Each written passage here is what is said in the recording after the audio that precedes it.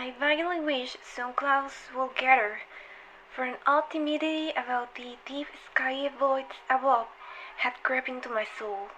In the evening, I asked old people in Arkham about the blasted heat, and what was meant by that phrase strange days, which so many evasively mutter. I could not, however, get any good answers, except that all the misery was much more recent than I had dreamed. It was not a matter of old legendary at all, but something within the lifetime of those who spoke. It had happened in the 80s, and a family had disappeared or was killed.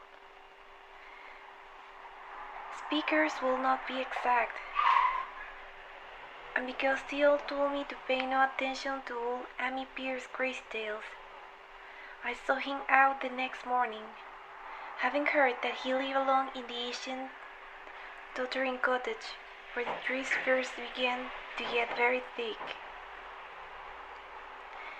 It was a fearsomely archaic place, and had begun to exude the faint miasmal odor which cling about houses that have stood too long.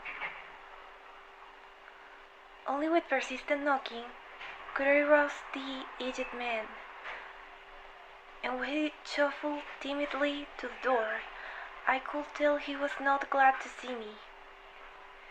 He was not so feeble as I had expected, but his eyes dropped in a curious way, and his unkempt clothing and white beard made him seem very worn and dismal. Not knowing just how he could best be launched on his tales, I feigned a matter of business, told him of my surveying, and asked vague questions about the district. He was far brighter and more educated than I had been led to think, and before I knew it, he had grasped quite as much of the subject as any man I had talked with in Arkham. He was not like other rustics I had known in the sections where reservoirs were to be. From him there were no protests and miles of old wood and farmland to be blotted out, though perhaps there would have been, had not his home lain outside the bounds of the future lake. Relief was all that he showed. Relief at the doom of the dark Asian valleys through which he had roamed all his life. They were better underwater now. Better underwater since the strange days. And with this opening his husky voice sank low, while his body leaned forward and his right forefinger began to point shakily and impressively. It was then that I heard this story, and as the rambling voices scraped and whispered on, I shivered again and again, despite the summer day.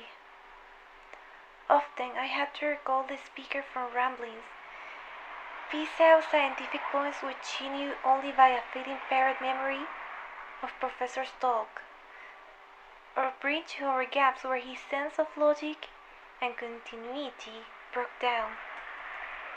When he was done, I did not wonder that his mind had snapped a trifle, or that the fall of Arkham will not speak much of the blasted heat. I hurried back before sunset to my hotel, unwilling to have the stars come out above me in the open, and the next day returned to Boston to give up my position. I could not go into that dim chaos of old forest and slope again, or face another time that grey blasted heat, where the black well yawned deep beside the tumbled bricks and stones.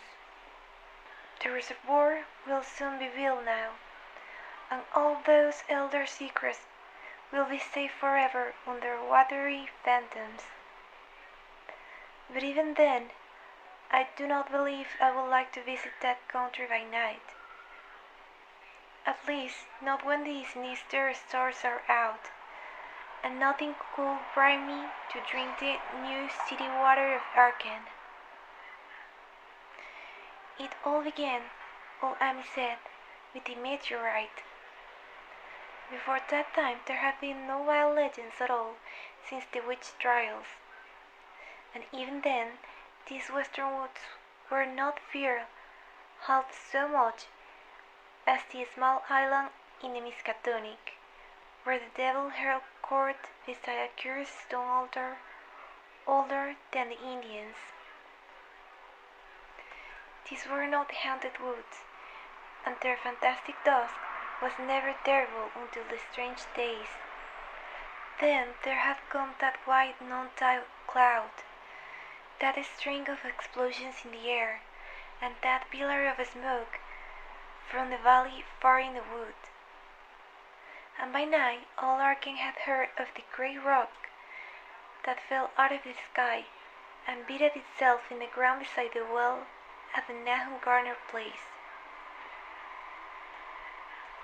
That was the house which had stood where the blasted heat was to come. The trim white Nahum Garner house amid its fertile gardens and orchards. Nahum had come to town to tell people about the stone, and had dropped in at Amy Pierce on the way. Amy was 40 then, and all the queer things were fixed very strongly in his mind. He and his wife had gone with the 3 professors from Miskatonic University, who had stayed out the next morning to see the weird visitor from unknown stellar space, and had wondered why Nahum had called it so large the day before. It had shrunk, Nahum said as he pointed out the big brownish mound above the ripped earth and charred grass near the archaic well swept his front yard. But the wise man answered that stones do not shrink. Its heat lingered persistently, and Nahum declared it had glowed faintly in the night.